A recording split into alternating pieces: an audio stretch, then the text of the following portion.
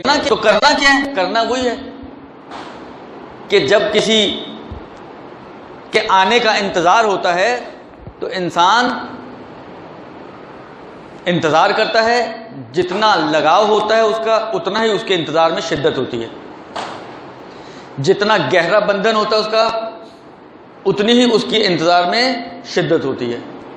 اب اس سے بڑھ کر بندھن اور کیا ہو سکتا ہے کہ ہمارا سب کچھ ان کے اختیار میں، ہماری تمام نعمتوں کے ولی اور سرپرست یہی ہستی، انہی کی وجہ سے ہماری زندگیاں چل رہی ہیں، یہ پوری کائنات چل رہی ہے، تو اس سے بڑی اور وابستگی کیا ہو سکتی ہے؟ لہذا وابستگی تو اتنی زیادہ ہے، مگر انتظار ہمارا کیسا ہے؟ میں ایک چھوٹی سی مثال عرض کروں بعض بچوں کے لیے۔ فرض کریں آپ کے اسکول والے اناؤنس کرتے ہیں کہ جی ہم مثلا 15 دن بعد جو ہے وہ پکنک ارینج کی گئی ہے، فارم ہاؤس لے کے جائیں گے، رات وہیں گزاریں گے، 24 گھنٹے بعد آئیں گے۔ اب ان بچوں کی شدت کیسی ہوتی ہے، کیسے دن گزارتے ہیں؟ یہ 15 دن گزارنا ان کے لیے مشکل ہو جاتا ہے، ایک ایک دن گنتے ہیں۔ اب آج 14 دن رہ گئے، آج جس طرح وہ ٹی وی پہ نہیں آتا الیکشنز کے زمانوں میں اتنے دن رہ گئے، دنوں سے پھر گھنٹوں پہ آ جاتے ہیں وہ، تو یہی حال ان بچوں کا ہوتا ہے، یہی کیفیت ان بچوں کی ہوتی ہے، اس لیے کہ شدت سے انتظار کر رہے ہیں۔ وہ شدت انتظار کا تقاضا یہ ہے کہ ان کا رد عمل ایسا ہو۔ ہم کتنی شدت سے انتظار کر رہے ہیں؟ ہم نے کب کاؤنٹنگ شروع کی؟ ہمیں تو کچھ احساس ہی نہیں ہے، بیٹھے ہوئے کانوں میں تیل ڈال کے، جب آئیں گے تو دیکھا جائے گا۔ بس یہ پٹاخے ہیں جو بتاتے ہیں کہ کچھ آ رہا ہے، شب رات وغیرہ آ رہی ہے، وہ ان پٹاخوں کے علاوہ اور ہے کیا؟ ان پٹاخوں کے علاوہ اور کیا کیا ہم نے؟ کتنی آمادگی کی، کتنی تیاری کی ہم نے؟ لہذا اس بات کو مد نظر رکھیں کہ آنے والے کو جو ساتھی چاہیے وہ ایسا نہیں ہے کہ جو بھی ہوگا کہ جی میں مومن ہوں، کہیں گے اچھا جی آ جاؤ، تم بھی ہمارے لشکر میں آ جاؤ، تم بھی ہمارے لشکر میں، تم بھی ہمارے لشکر میں آ جاؤ۔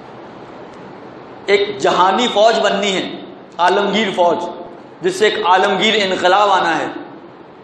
ایک عام فوج بنتی ہے، کتنی شرط و شروط کے ساتھ یہ لوگ لیتے ہیں، کیا کیا کچھ چیک اپس ہوتے ہیں، اس کے بعد کہیں جا کے آپ کی ایلیجیبلٹی طے ہوتی ہے کہ ہاں آپ ایلیجیبل ہیں یا نہیں ہیں۔ تو آپ کا کیا خیال ہے، زمانے کے امام کی فوج ہو، اس کے لشکر میں آپ کو شامل ہونا ہو، جس فوج نے، جس لشکر نے پوری کائنات میں ایک انقلاب برپا کرنا ہو، اس پوری کائنات کو ظلم و جور سے تبدیل کر کے عدل و انصاف سے پر کرنا ہو، تو اس کے سپاہی کیسے ہونے چاہیے؟ ہر ایرا غیرہ، ہر نکھٹو، ہر نکمہ، جو نماز پڑھتا ہو وہ بھی، جو نماز نہ پڑھتا ہو وہ بھی، جو روزہ رکھتا ہو وہ بھی، جو روزہ نہ رکھتا ہو وہ بھی، جو امام کا حق ادا کرتا ہو وہ بھی، جو امام کا حق ادا نہ کرتا ہو وہ بھی۔ ایسا ہے؟ لگتا ہے ایسا ہوگا؟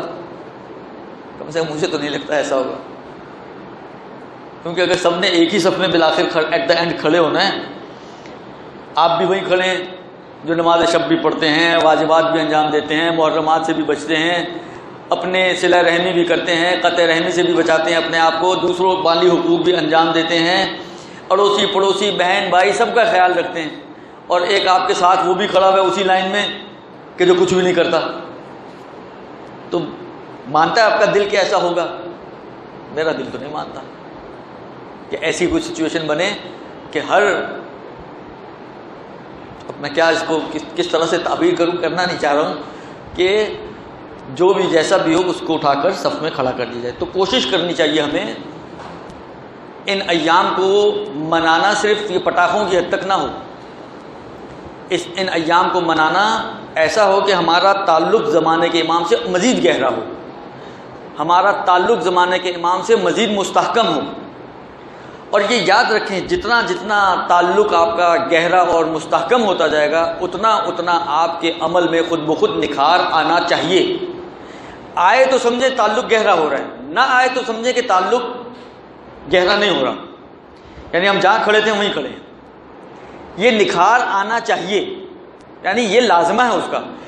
یعنی آپ نے کبھی تصور کیا ہے کہ سورج ہو اور دن نہ ہو سکتا ہے ایسا؟ نہیں ہو سکتا نا، کہ سورج نکلا ہو دن نہ ہو۔ آپ کے سورج تو ہے لیکن دن نہیں ہے۔ کیسے محال ہے سورج کا ہونا اور دن کا نہ ہونا؟ جہاں سورج ہوگا وہاں پر حتماً دن بھی ہوگا، بغیر دن کے سورج نہیں ہو سکتا، بغیر سورج کے دن نہیں ہو سکتا۔ یہ اسی طرح یہاں پر بھی لازمہ ہے کہ اگر آپ کا لگاؤ اور آپ کا تعلق اپنے زمانے کے امام سے جتنا گہرا ہوگا، جتنا مضبوط ہوگا، جتنا صحیح ہوگا، اتنا ہی آپ کے عمل میں خود و خود نکھار آئے گا۔ نکھار ڈالنے کی ضرورت نہیں ہے، نکھار ڈالنے کی اور بولنے کی ضرورت نہیں پڑے گی، خود و خود انسان کے عمل میں بہتری آتی ہے۔ آئے تو سمجھیں تعلق بہتر ہو رہا ہے، اور نہ آئے تو سمجھ لیں جہاں تھے کم سے کم اگر بدتر نہیں تو آگے بھی نہیں بڑھے۔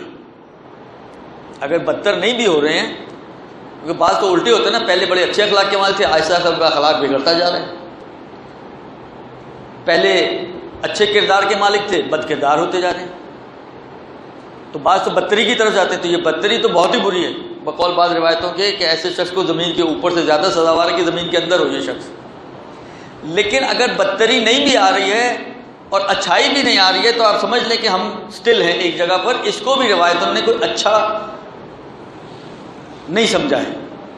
سٹل ہونا بھی ہمارے حساب سے تو اچھا، چلو برے تو نہیں ہو رہے، لیکن سٹل ہونا بھی روایتوں کے حساب سے اتنا اچھا نہیں ہے۔ اس کا مطلب یہ کہ ہمارا وہ جو پیمند ہے اپنے زمانے کے امام سے، وہ ایسا ابھی نہیں بنا ہے کہ ہمارے کردار میں اور ہمارے عمل میں بہتری آ سکے۔